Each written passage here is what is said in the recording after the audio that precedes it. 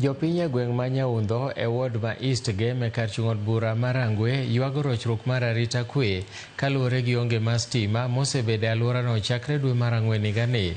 Maeri en bang' transformer makeyo stima e gwengego ne opodho piny kendo nyaka sani pok olose, kaka Ali Abich leronwa.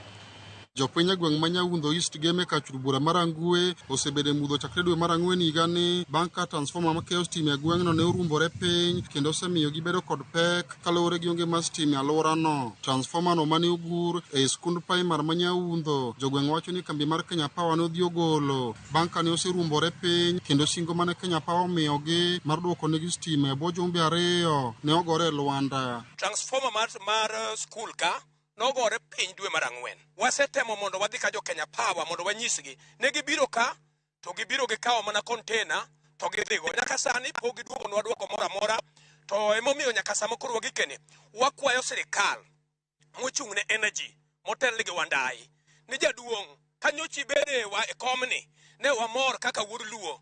To nyaka sani dwe mar Ang'wen nyaka sani wan e mudho. Magik moko nonyiswa kaka jogweng' mwagolo gik moko manonego bed ni line mar stima kale, nyaka kawuono onge gima osetimore. Jopiny go ywak ni onge mar stima osekelo negi rochruok mar arita kwe kaluwore kod jomaundu moko masani koro tiyo kod mudho ka gikwale miere kendo mayo kata mine ma johala kinde ma gidok e miere ka giwuok e chiro e otieno. Mine ka chiro gotieno shida nitie kendo imako mine kor gweng' ka kendo imayo mine gik moko manyi mine ting'o koa go chiro. Mine ajli uso kar saa 2:30 koro kaka ginyalo kali mudho ka chandogi ma wang'i winjo mani miyo morno ma gik moko e wiye jokuogo ringo godo lal godo e bungu. Pols nokelwa ka pols ma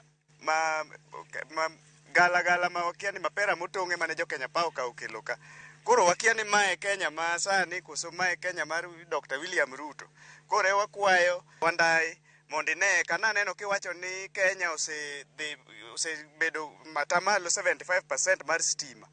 To koro wakia ni mae 75% kakia ni include Nyaundho ni. Bende giywak ni nyaka transformer no gore piny, gisebedo ka giluwo wachne kod kambi mar Kenya Power mondo oyi okonygi, to mano pok otimore. Giseduogo ma gikunyo bugni mondo gikelwa power. Pok waneno gima gikelo nyaka wuono. Omiyo wan kod thagruok, stima ni nogore e cho mar nyithindo nyaka kawuono.